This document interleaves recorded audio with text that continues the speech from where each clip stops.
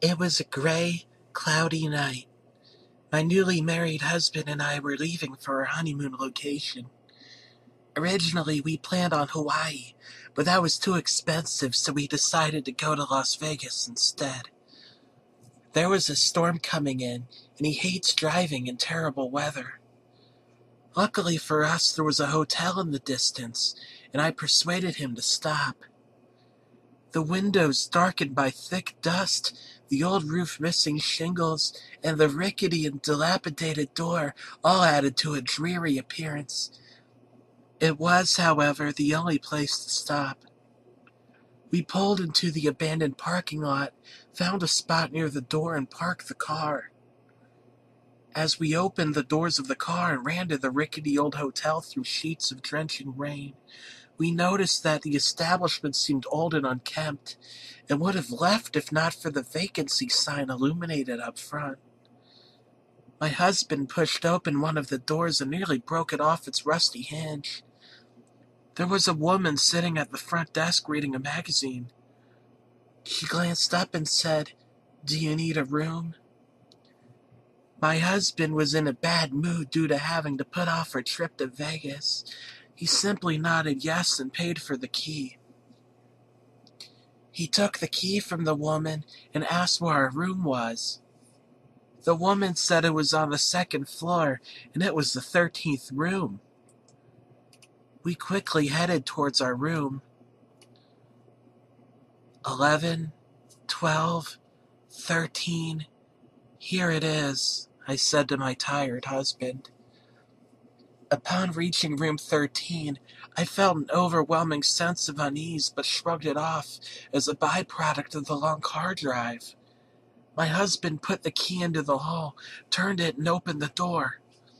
A small creak was let out as the door opened. We ventured into our room for the night, and I felt a shiver go down my spine. "Something feels off," I said. "Let's get to bed. I want to get up bright and early to go to Vegas tomorrow. Let's not make this a huge setback." My husband gruffly replied with that. We hopped into bed, and I quickly fell into a fitful sleep. I was suddenly shaken awake by a jolt from my husband and his incessant screaming. I shook him awake, and all he would say was "red eyes, red eyes, red eyes," before drifting back into an uneasy sleep.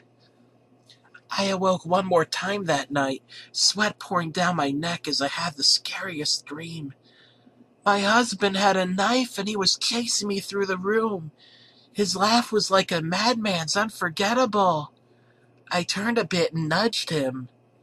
"Honey, are you awake?" I managed to get out in a shaky voice. All I heard was laughter, faint at first, but it started to pick up. I don't know what it was. It sounded like the same laughter from my dream. "Red eyes, red eyes, red eyes," my husband chanted over and over. "Red eyes, red eyes, red eyes."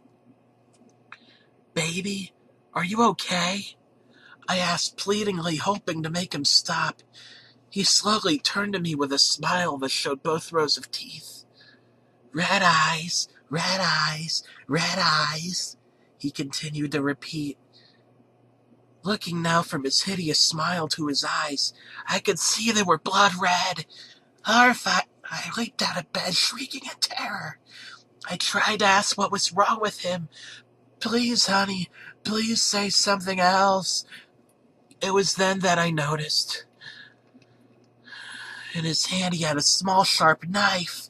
He laughed menacingly as he slid the blade across his palm. Blood dripped from where he just cut. I ran towards the door trying to open it and get out, only to find it was locked and I was trapped inside. Seeing I had no way out, I ran towards the window on the far side of the room. But it was in vain, for that too was sealed shut.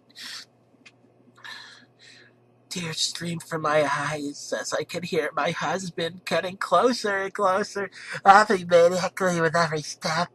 He swung the knife towards me, but to no avail. I sidestepped it without much room and was left with a small cut. I grappled onto his body, begging him to stop, pleading him to please stop staring deeply into his eyes. They were deep red, with no emotion in them whatsoever. It's like he wasn't in control of his actions.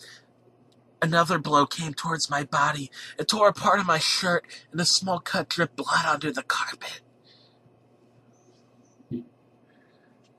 You know how they say third time's the charm? Well, in his case, he got lucky. The blade found its way to me. A slow terror rolled its way toward me. I thought to myself about how I lost my husband. No longer than a second passed before that tiny blade was plunged into my stomach, being thrust over and over, blow after blow. The blade was becoming drenched with my blood. Looking down, I could see my innards slipping out of my gashes in my torso. I never felt pain like this before. Tears flowed from my eyes. There was nothing I could do to stop him. I was leaning over in pain while my husband laughed and took the knife and started to lick the blade clean of blood. I was in between holding my wounds and wiping my tears. My face was full of dark red blood. Leaning against the wall, I could feel myself slipping away, and all I could see was red. Blood red.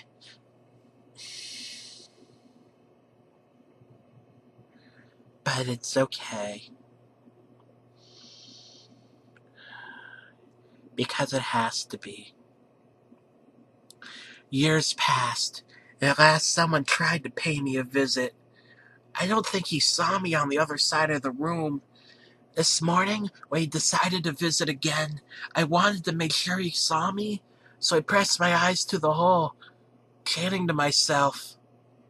I don't know why I did it, but red eyes, red eyes, red eyes. The same way my husband did to me those years ago.